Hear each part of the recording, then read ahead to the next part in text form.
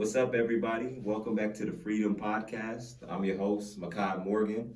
And today, we got something, two topics, of course. The first one is martial arts and how they can improve your business life, your journey, and just improve your life altogether. And also, we're going to talk about Turo and basically, what it is, how you make money from it, this and that, blase, blase. Um, but first off, I gotta start y'all off with a quote. The quote of the day. I don't know who it's by, so don't copyright me. You know. And the quote reads, "Life without liberty is like a body without spirit, cause you gotta have some life." Amen. Hallelujah. Can I get one? But yeah, so again, this is the Freedom Podcast where we basically teach you about business, investing, passive income, while as well as making you just a well-rounded individual altogether. And we just do that by starting off with something probably it'd be something random, and then we get into the stuff you actually came for. So let's start off with the first thing, martial arts. So I found it really interesting that a lot of successful people, celebrities and stuff like that, practice martial arts. In fact, I forgot the statistic of it, but this billionaire, what's his name? Dan Pena or something like that. He said like 66% of all millionaires and billionaires have either a background in martial arts or the army, and that was just like that kind of shocked me a little bit. I'm like, dang, like I didn't know like it really meant that much, you know what I mean? And so, I've been practicing martial arts for a few years now. I want to say 2 years.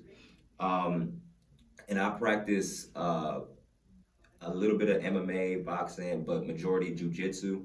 Jujitsu is basically an art form, or a combat art form, which focuses on chokes and joint locks and stuff like that. So you pretty much learn how to choke somebody out, break their arm, whatever. You know what I mean? It dates back from years, hundreds and hundreds of years ago, pretty much from Japan, and it came over to Brazil, and they made it into the form it, Brazilian Jiu Jitsu. That's kind of like a watered down history version of it. But I found it very interesting because I learned a lot from it, and a lot of those lessons I take into the business world where they're really applicable. So here's seven major things I learned from martial arts that also relate to business and life too. So lesson number one that I learned: martial arts will humble you. I cannot tell you the amount of times I came into the gym, me included. I was one of those guys. Came into the gym, and we always had that one dude who was like, "Yeah, I'm gonna beat everybody up. I'm finna get, I'm from the streets. I do this, I do that. Yeah, I beat open." We're like, "Okay, cool, cool, cool." So they get on the mat and they get whooped. Like, I mean, like beat up so bad. And I'm talking about, these are grown men previously said they beat up such and such and such, and they getting smacked by somebody half their size. Like, it's the craziest thing ever. So and believe it or not, I was one of these guys. I wasn't that bad. I wasn't that bad. But like, I kind of had a chip on my shoulder. I was just like, oh, these guys look like they, I can hold my own. Because literally, when you walk in, none of them really look like they could do some damage to you, but they're like killers with their hands. And in the quick story, I actually sparred with one, like, it was this scrawny, tall dude. And he's like, "Yeah, man, you want to spar, bro?" I'm like, "Yeah, all right, cool, I can get him, So we're sparring, and he kicks me in my stomach so hard, I peed a little bit, and I fell. And after that day, I was like, yeah, this is serious. Like, I got humbled. But that had to happen to me because it's important, because a lot of us are sitting on our high horse and we never been knocked off before. And I feel like from that day, it made me better. It made me respect people, and it also just made me just look at things differently because I got off my high horse. Now, I can operate from a more humble standpoint. So that's one.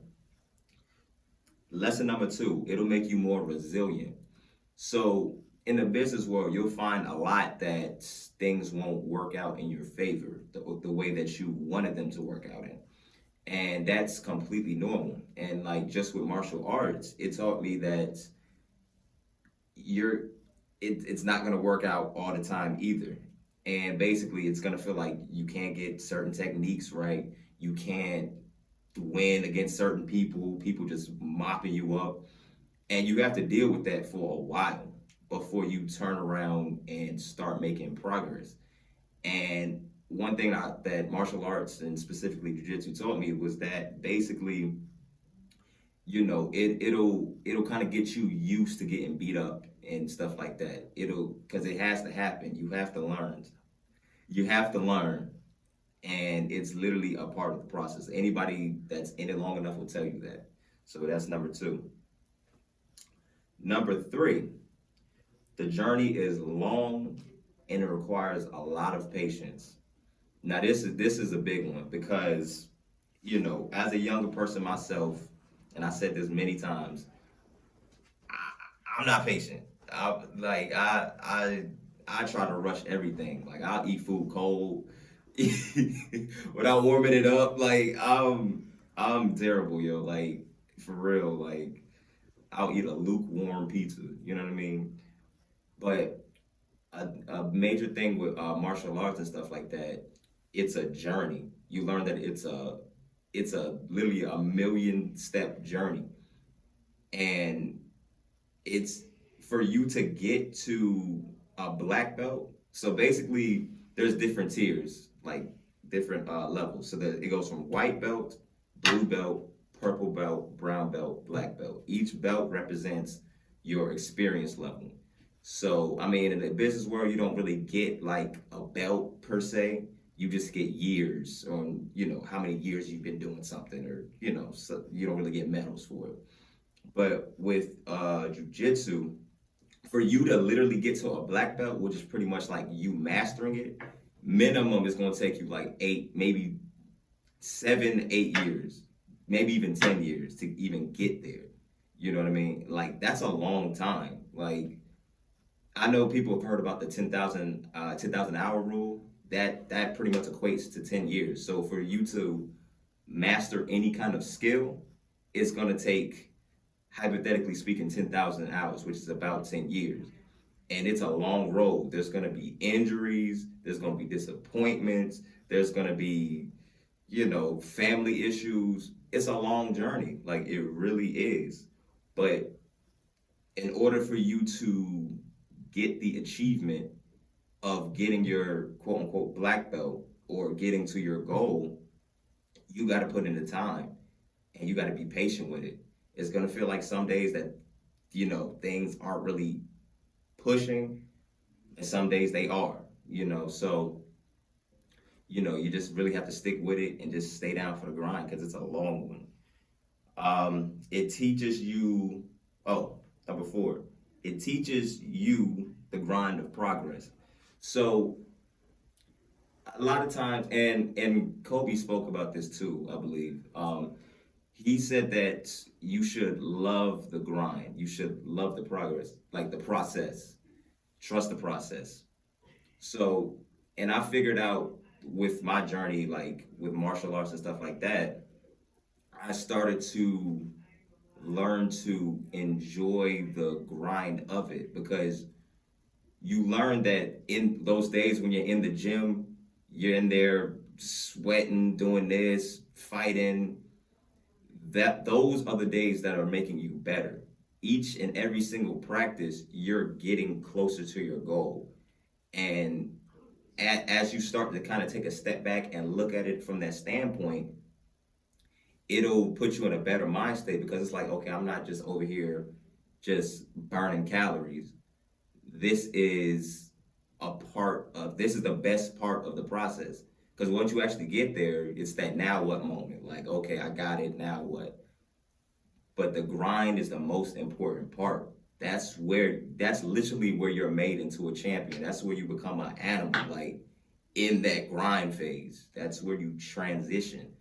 And if you can't take a step back and look at it and appreciate it, then you miss the whole point of it. That's what made you who you are. That's what made you successful. That's what made you successful. You don't just wake up a millionaire. You're already a millionaire through your habits. So the grind is definitely a very vital part of it that you really need to stop and enjoy. Number 5, and this is a big one for me too. It will expose your strengths and your weaknesses. And I don't mean just your physical strengths and weaknesses. I mean your mental strengths and weaknesses, your emotional strengths and weaknesses. It'll tell you a lot about yourself.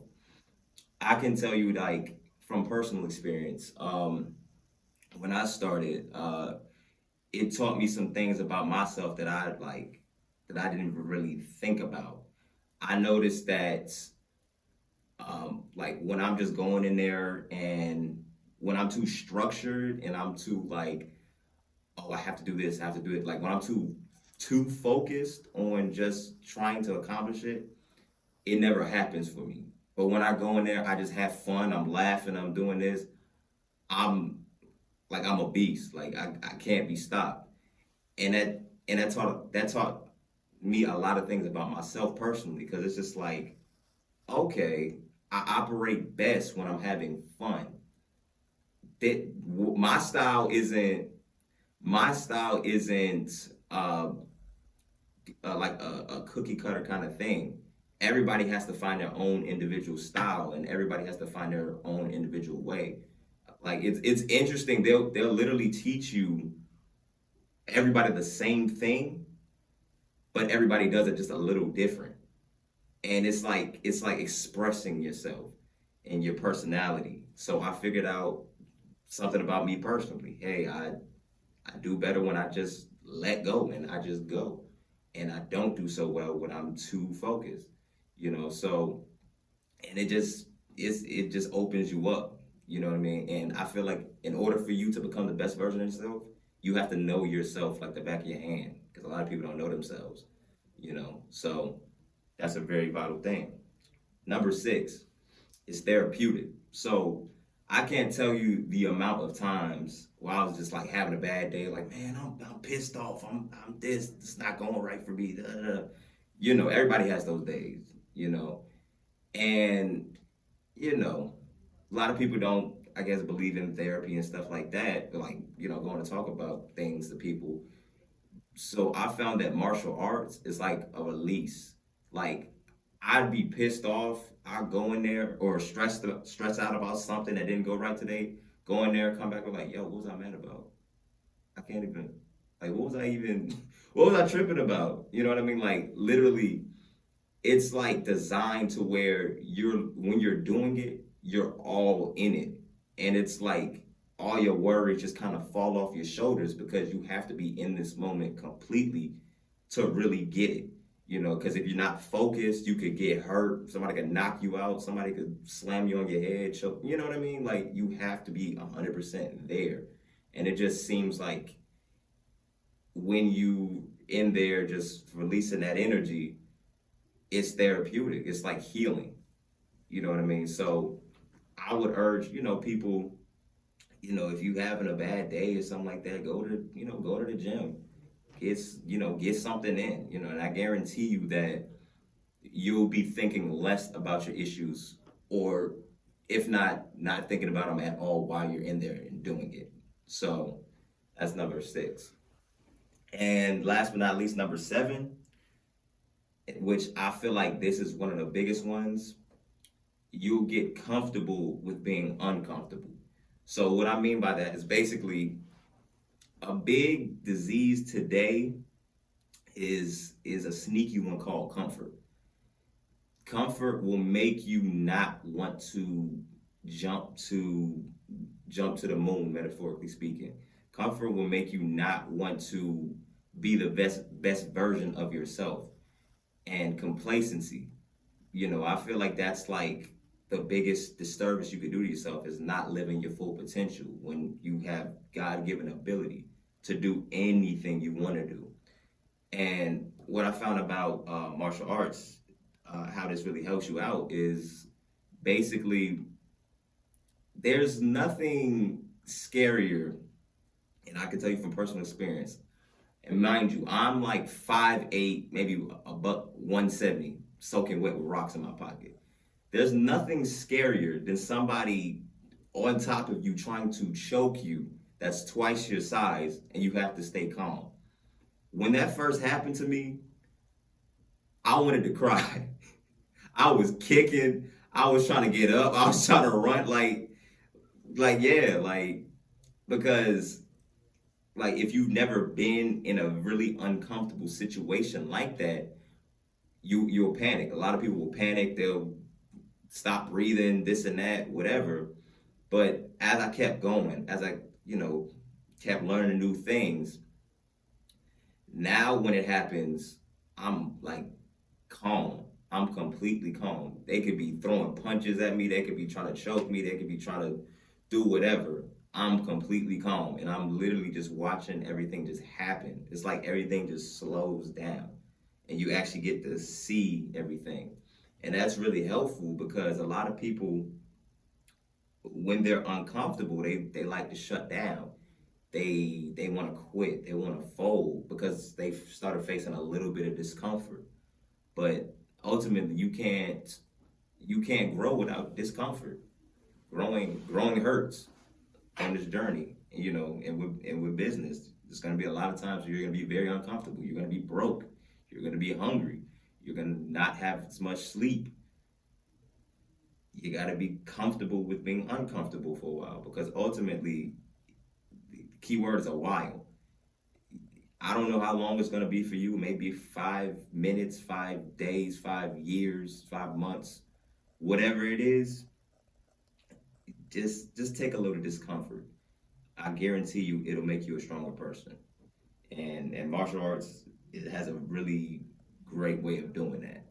So that's pretty much my whole spiel on martial arts. I would definitely encourage anyone to try it. Like, you don't have to commit your life to it and be a shinobi sensei, whatever. But I urge everyone to at least give it a try.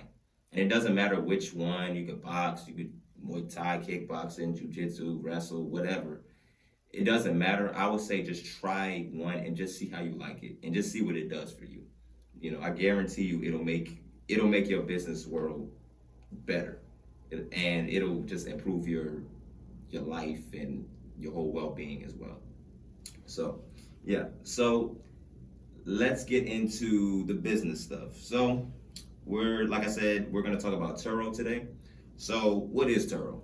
So, basically, Turo is a platform where you can rent a car from, or if you have a vehicle, you can get your vehicle rented on there by a renter. How you make money from this, basically, it's simple. Basically, you have a car, somebody needs that car for X amount of days, and they go through the platform, book it, you drop it off, give them the key, whatever, they do their trip, come back, you get paid. It comes directly to your bank account or, other stuff. So, it's pretty simple stuff. How you get started? Well, there's different ways you can get started. I'll give you my personal way how I got started. So basically, I got started by accident, if I'm being completely honest. So crazy like that. So basically, I got a car, and it was a Kia Optima, 2019 Kia Optima. So I'm like, okay, cool, this is nice. So I'm like, I don't want a car note, but I need a car. Like, okay, what am I gonna do? Oh, I got an idea. Let me get another car and use that, put it on Turo, and it's gonna pay for its own note and my car note. Kind of didn't work the way I wanted it to, but I did learn a lot. Now it's going much better because I did it kind of on impulse. But basically how I started, I just got a car, cleaned it up real nice, took pictures. You have to take pictures, get insurance, get it insured, and the platform also has insurance as well. So if somebody damages or something, you can go through there. But yeah, take pictures, put it on the platform, and then people start biting on it.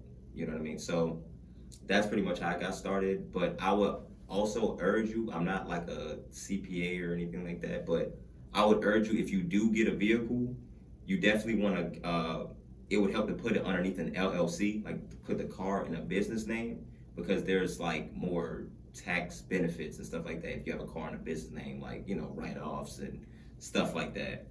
Um, so, what are some pros and cons? So I'll start off with the pros first. So pro number one is it's simple. It's like dumb easy. Like you don't have to be a rocket science by any stretch of the imagination to do it. Like literally, like how I was explaining it before. That's literally how it's been going for like the past like 7 months, and it's been pretty consistent. My market, which is like the Atlanta market. Um, it varies city to city, but it's been pretty consistent for me, and it's simple. Like I'm partially off, and I do it. You know what I mean? So, uh, oh Lord. Pro number two, it's passive. I mean, other than answering messages and communicating with the drivers and stuff like that every now and then, that's like really it. And some other like maintenance stuff, which ultimately doesn't take that long.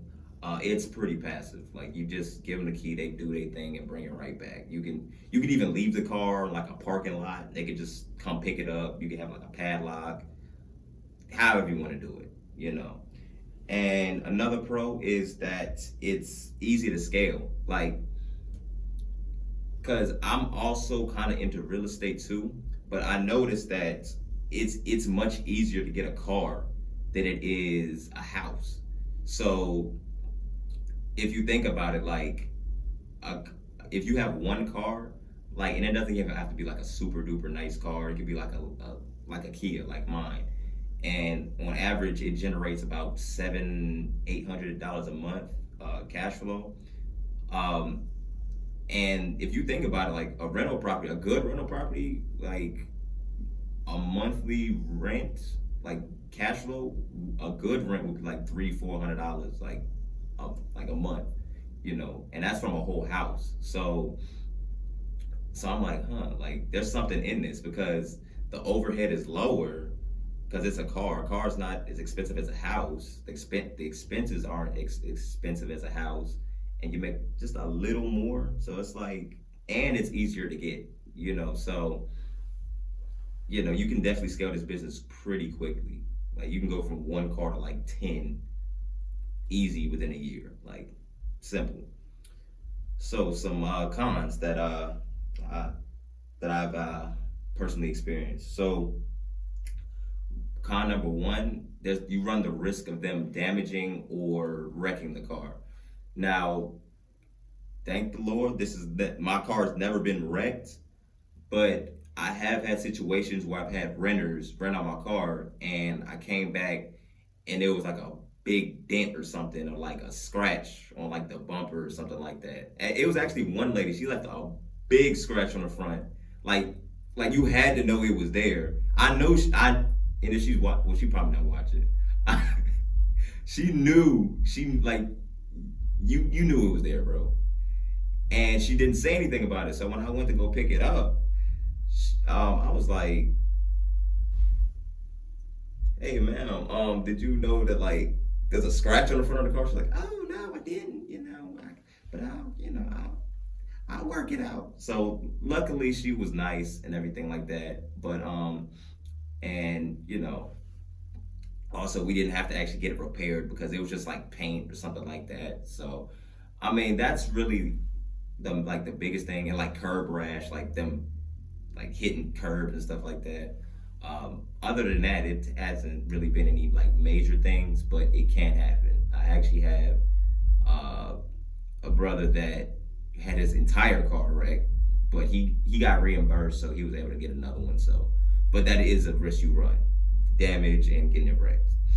And another con that that irritates me is the fees. So with Turo specifically, I don't know how everybody else does it, but specifically with Turo, um, they do different splits. Like they'll do the 60-40 split, like the I think 70-30 split, or 75 uh, split, 85-90, like so forth, so forth. And each one you'll get a different level of coverage, and you have to pay like a certain deductible. Um, so I mean that it does cut into your profit margin a lot. I mean, yes, it does protect it, but that's just something that you have to assess on your own. Like, if you're okay with them keeping 60% of your profit, well, them keeping 40% of your profits, or so forth, so forth. That's kind of something you have to assess on your own and kind of run the numbers pretty much. So that is a big one. So my personal experience overall, it's been pretty good. I really don't have any major complaints other than like the two other things I listed. Because all in all, it's been going pretty well. I'm probably gonna get another car and add it to the fleet, and have somebody manage it and stuff like that. But it's definitely a good business to get into. And yeah, like, and if you do, just let me know how it works. I'm not a financial advisor, so if something don't go right for you, don't, man, you told me to do it. Hey, man, it's all you. So yeah, so that's pretty much all we have for today. I hope you all enjoyed everything, and kind of got some value from it. And I just want to leave you with some closing remarks and motivation. Don't ever let anybody block your shine. Don't ever let anybody tell you that you can't accomplish something that they haven't done themselves. Anytime somebody tells you that you can't do something, subconsciously they're telling you that they can't do it. So keep your head up, keep grinding, keep pushing. I love y'all. If you like me, I love you. You hate me, I love you more. So again, I want to thank y'all for listening today, and I'll catch y'all on the next one. Stay blessed, and I'll see y'all.